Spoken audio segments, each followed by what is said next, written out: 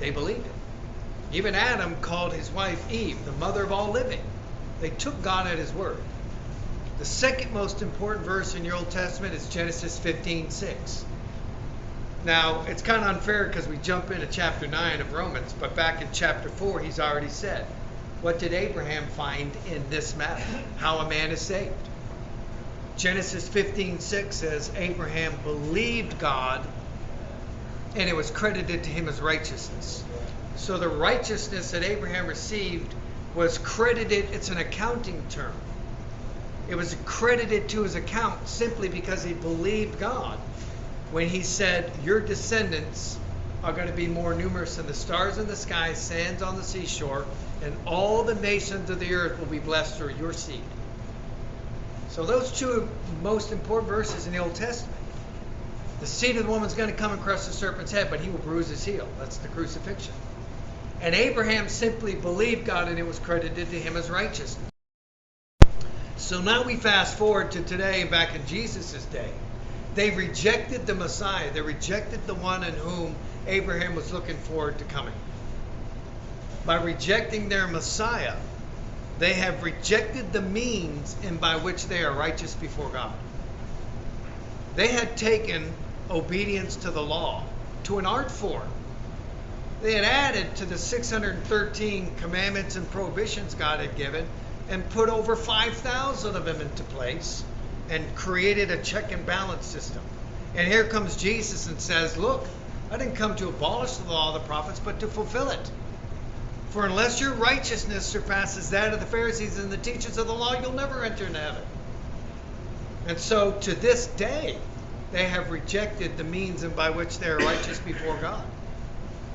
And how sad is it that God's chosen people go to hell?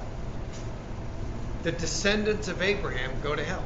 That's what he addresses here in this whole situation.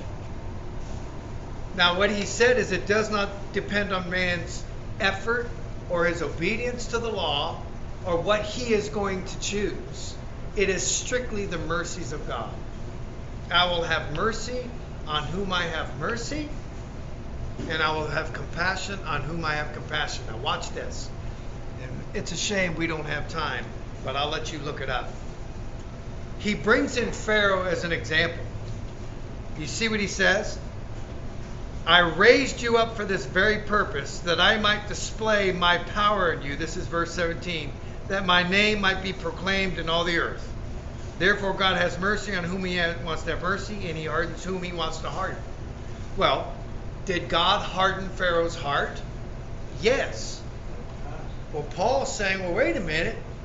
So you're saying that God created Pharaoh to go to hell.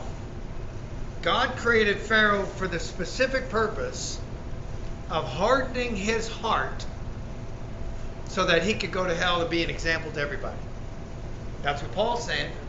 But here's what we miss. And again, we don't have time, but I'll give you the verses.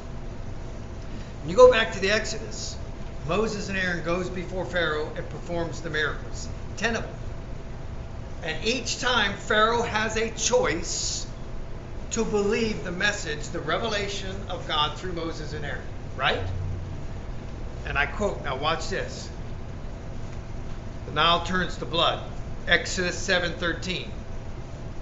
It says, and Pharaoh hardened his heart and would not listen to the message of Moses and Aaron.